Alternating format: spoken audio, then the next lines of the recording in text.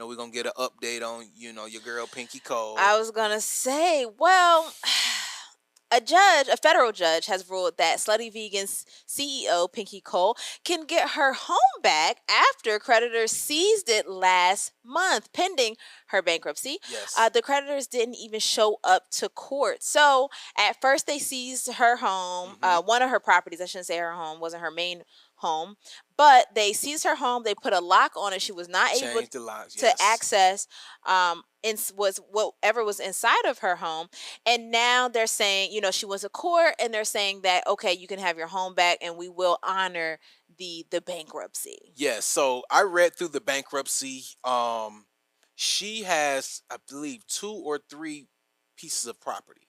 One is her primary residence. She says that is worth $1 million, but Oh, she owes $1 million on it, so she don't have no equity. This is wow. based off of her. There was Okay. no real professional.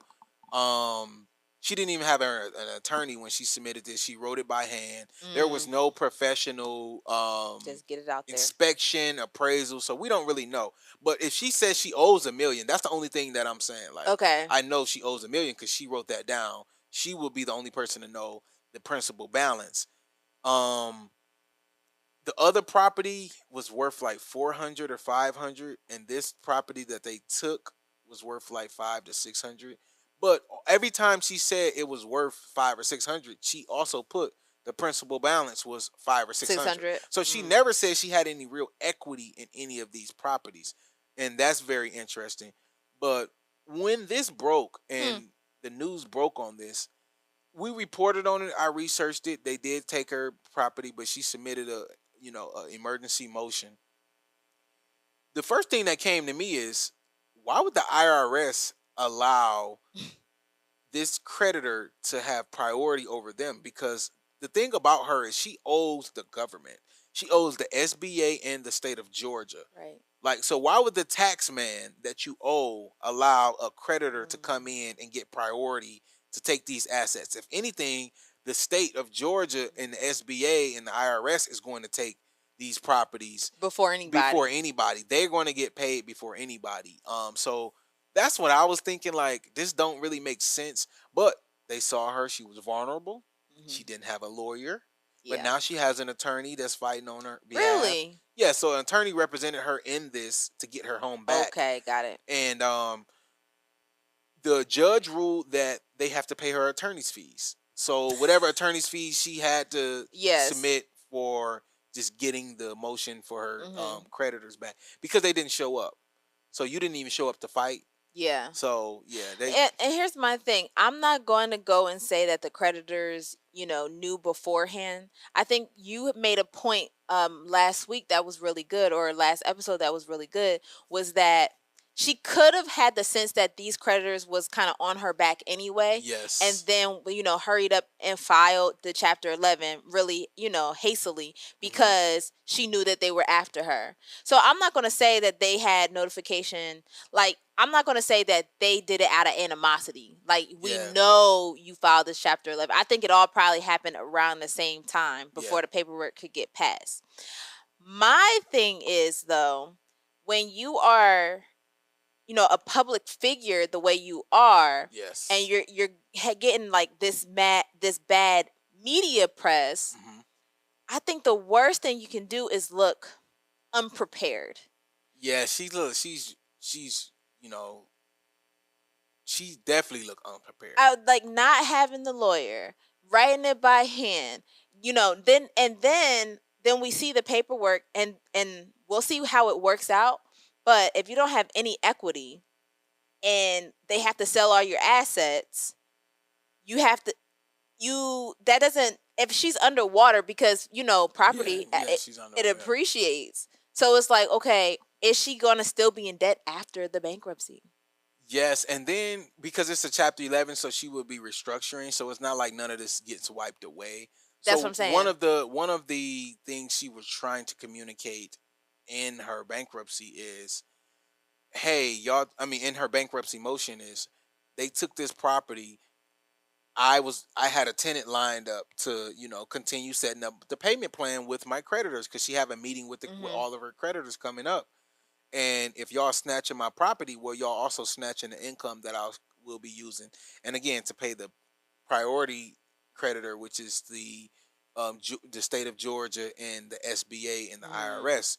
So the one thing about the bankruptcy is she said that Slutty Vegan is still worth like $50 million, and that's the part that I'm just like, Yeah. I don't know about that. But she did get an investment from Richie Lou Dennis.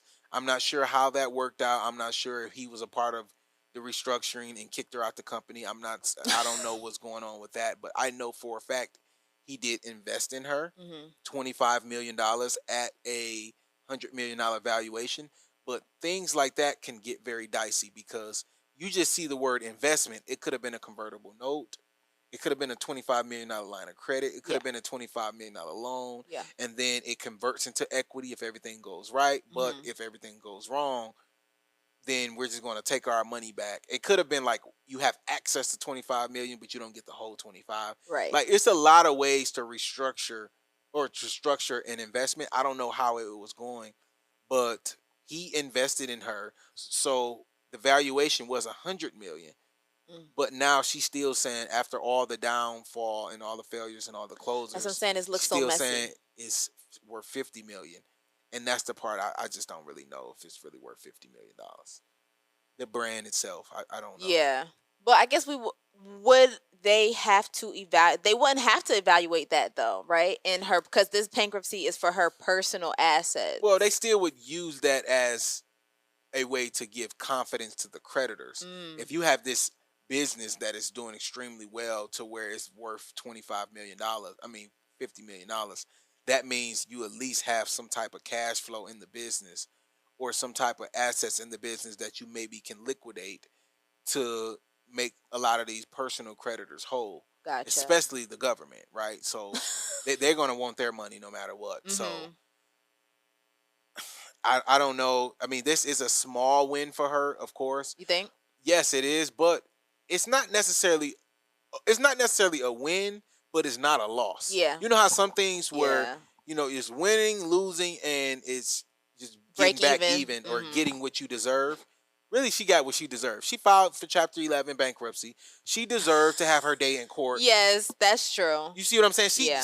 She didn't win in this situation. She just didn't lose. Yeah. Her property being seized was a loss. You know what? But I do want to add, and okay, I am on the record to say that this looks messy, this looks sloppy. I don't want to see this for our entrepreneurs. Yeah. I mentioned to you this off. I mentioned this to you offline that there was a point in time where Pinky Cole was like giving out LLCs, and she was like, she was the entrepreneur to be. So to see this up close is a little disheartening. Yes. However, what I will say is she sees that she saw that there was some like there was a little it wasn't looking good. She saw Right. that it wasn't looking good, and then she got on Real Housewives of Atlanta. She got a tenant for her home. Like, it sounds like she really is trying to clean it up. Yes. I just wish that it didn't have to get to this point. Yes. You know what I mean? And that's the problem. She's still very smart. Yeah, she's still very smart. I'm sure her books are selling. The problem is she done dug herself into a I know. hole, It's deep. and this hole is continuing because like the interest on the loans and all that Yeah. stuff. I was That's thinking that about that stuff too. still occurs. Like, and then she Yeah. still got bills. Like, and that's the thing. And she still got kids. You still got kids, you still got bills, and like a lot of the stuff that was in her bankruptcy was like personal stuff, like her personal home. So let's just say, for the sake of argument, they take all her real estate properties and her personal home. Like, you still got to go get another house. Yeah. You see what I'm saying? So Yeah. it's like you still got to live, and she put that she don't make any income. And her So husband makes what, $15,000 a month or yeah, something her like that, husband, supposedly make $15,000 a month. and nothing is going to her. So it's like, and then you got this $50 million business. If the business is doing that well, you should be able to pay yourself a salary. That's what I thought, but Yeah. we were talking about maybe she wrote off a lot of what the Slutty Vegan Yeah, she's brings in, and yes. so technically she doesn't make any money. So you Yes. know what I mean? But it just looks. I hope. Do you think we're gonna have any insight on it if we watch the show? Do you think she'll include this? No, I don't know, because this dropped right before the show, and then what's so sad is What? A part of the show rollout, when they was doing the trailer, she told a girl, "I'll buy your properties out of bankruptcy." Ooh. Yes, Oh. that was like her line. You know, because they showed her Yes. and they showed Nene Leakes. Yes. Um, Because everybody was excited about Nene coming back. yeah, but Yep. Nene's not actually coming back. She's like coming back for the trip, I think. trip or sequel, something. I don't really watch Something it, so I don't. special, Yeah, yeah. but she's not going to be like a cast member. Right. Like, Recurring. yes. So yes, that was like her line. Like, after this, you can go pull it up and watch. I was But gonna say I she want to was see the trailer. she was like, "I buy your properties out of bankruptcy."